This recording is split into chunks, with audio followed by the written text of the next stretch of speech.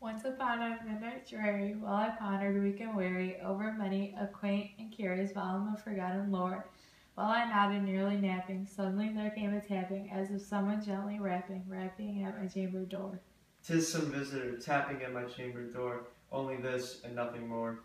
Ah, distinctly I remember, it was in the bleak December, and each separate dying ember wrought its ghost upon the floor. Eagerly I wished the morrow, vainly I had sought to borrow from my book surcease of sorrow, sorrow for the lost Lenore, for the rare and radiant maiden whom the angels name Lenore, nameless here forevermore, and the silken, sad, uncertain rustling of each purple curtain thrilled me, filled me with fantastic terrors never felt before, so that now, to still the beating of my heart, I stood repeating, "'Tis some visitor entreating entrance at my chamber door. Some late visitor entreating entrance at my chamber door. This it is, and nothing more." Presently my soul grew stronger, hesitating then no longer. "Sir?" And I, oh, shoot. Or "Madam, truly your forgiveness I implore, but the fact is I was napping, and so gently you came rapping, and so faintly you came tapping at my chamber door, that I scarce was sure I heard you." Here I opened wide the door. Darkness there, nothing more. Deep into the darkness peering, long I stood there, wandering, faring, doubting, dreaming dreams no mortals ever dared to dream before. But the silence was unbroken, and the stillness gave no token, and the only word there spoken was the whispered word. "Lenore?" This I whispered, and an echo murmured back the word Lenore, merely this and nothing more. Back into the chamber turning, all my soul within me burning. Soon again I heard a tapping, something louder than before. "Surely," said I. "surely that is something at my window, Matisse. Let me see, then, what thereat is, and this mystery explore. Let my heart be still a moment, and this mystery explore. 'Tis the wind, and nothing more." Open here I flung the shutter, one with many a flirt and flutter. In there stepped a stately raven of the saintly days of yore. Nothing more. Not the least of sense made he, not a minute stopped or stayed he, but with mine of lord or lady, perched above my chamber door, perched upon a bust of Pallas, just above my chamber door, perched and sat, and nothing more. Then this ebony bird beguiling my sad fancy into smiling, by the grave and stern decorum of the countenance it wore. "Though thy crest be shorn and shaven though," I said, "art sure no craven, ghastly grim and ancient raven, wandering from thy nightly shore? Tell me what the lordly name is on the night's Plutonian shore." quoth the raven. Nevermore.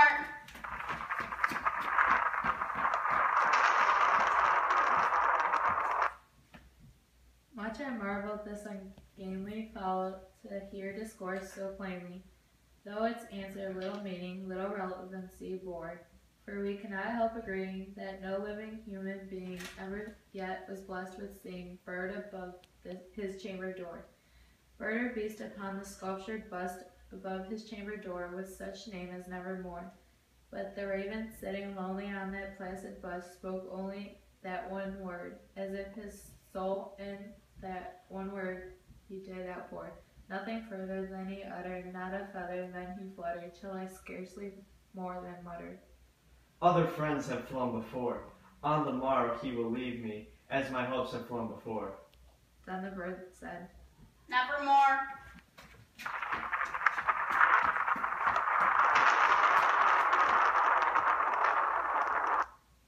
startled at the stillness broken by a reply so aptly spoken, "Doubtless." said I,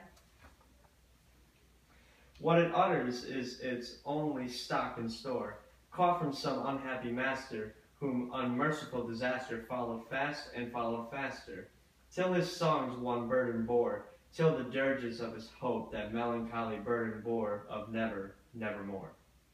but the raven still beguiling all my sad soul into smiling. Straight I wheeled a cushioned seat in front of bird and bust and door. Then upon the velvet sinking, I betook myself to linking, fancy unto fancy, thinking what this ominous bird of yore, what this grim, ungainly, ghastly, gaunt, and ominous bird of yore meant in croaking nevermore. Thus I sat engaged in guessing, but no syllable expressing to the fowl, whose fiery eyes now burned into my bosom's core.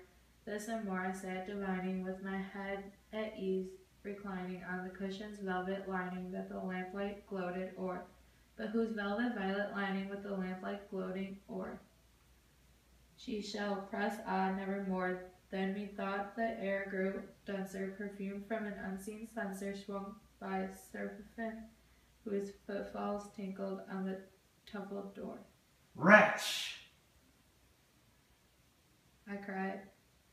Thy God hath lent thee, by these angels he hath sent thee respite and nepenthe from the memories of Lenore. Quaff this kind nepenthe, and forgot this lost Lenore.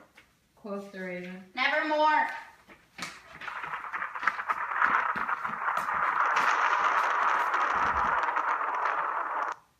Prophet, Said I. thing of evil, prophet still, if bird or devil, whether tempter sent, or whether tempest tossed thee here ashore, desolate yet all undaunted, on this desert land enchanted, on this home by horror haunted, tell me truly, I implore, is there balm in Gilead? Tell me, I implore. Quoth the raven. Nevermore.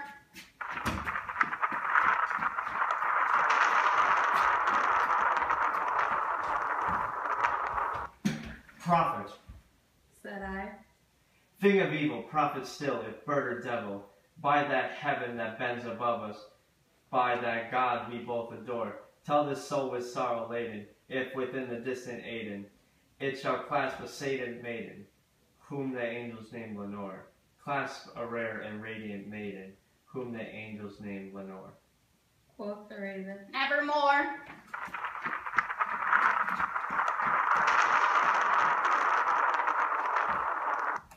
Be that word our sign of parting, bird or fiend. I shrieked departing. Get thee back into the tempest and the night's Plutonian shore. Leave no black plume as a token of that lie thy soul hath spoken. Leave my loneliness unbroken. Quit the bust above my door. Take thee beak from out my heart, and take thy form from off my door. Quoth the raven. Nevermore.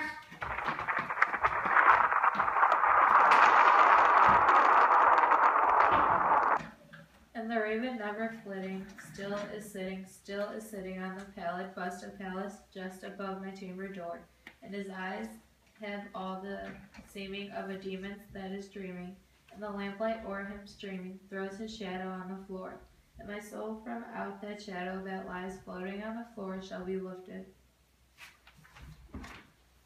Nevermore.